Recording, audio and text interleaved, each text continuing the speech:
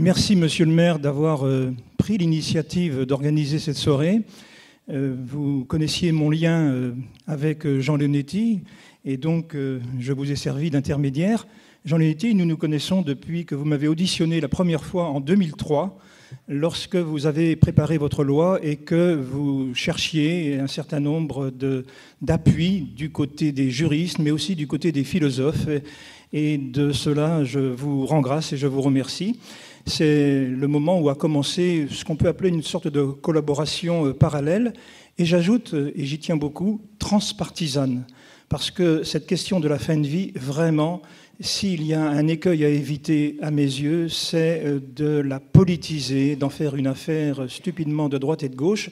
Et je me réjouis que Robert Badinter, en personne, ait accepté de préfacer votre dernier ouvrage que l'on trouve sur la table, hélas en nombre assez réduit d'exemplaires, puisque, si j'ai bien compris, les libraires nantais que j'ai rencontrés m'ont dit « sachant que Jean Leonetti allait venir, eh bien on a vendu dans la semaine... » Bref, il y en a quand même quelques-uns, et Jean Leonetti accepte gentiment de dédicacer ses ouvrages à ceux qui le voudront bien.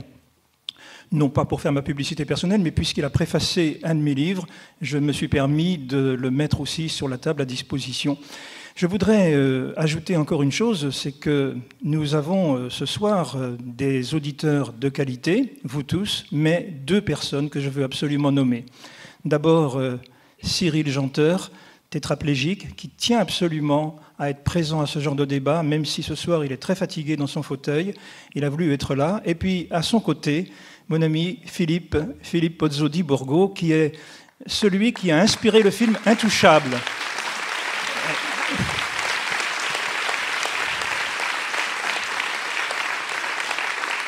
Alors, Philippe Pozzo di Borgo habite le Maroc, mais hélas, de temps en temps, il a quelques petits soucis de santé, si bien que Nantes est en train, au fil du temps, de devenir sa deuxième ville. Et c'est la raison pour laquelle il s'est échappé, et je ne suis pas sûr qu'il ait demandé l'autorisation de l'hôpital pour venir nous rejoindre ce soir et participer donc à cette séance. Et donc, Philippe, me suis permis de mettre, non pas ton dernier livre, mais de mettre un des livres auxquels nous avons tous les deux collaboré sur quand la fragilité change tout. Il y a donc un très beau texte de Philippe Pozzo di Borgo que vous pourrez regarder et voir acquérir, si vous le souhaitez, à la fin de cette séance. Comment allons-nous procéder?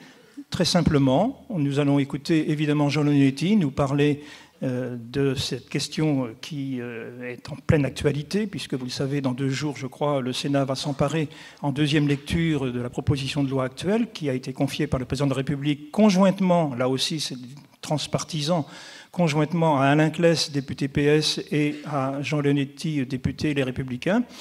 Donc, nous allons l'écouter, et puis ensuite, il y aura évidemment un petit temps d'échange entre nous, où je serai le chronométreur, si vous voulez, c'est-à-dire chargé de terminer quand même la séance à une heure raisonnable, sachant que Jean Leonetti vient de passer 2 heures à l'hôpital sans manger, donc il faudra le ménager aussi, pour entendre les questions et les témoignages de tous les soignants, en tout cas de tous leurs représentants qui, tout à l'heure, dans une séance très dense, très riche, ont voulu et ont pu dialoguer avec lui. Donc, voilà pour le timing. Maintenant, la parole est à notre invité de ce soir.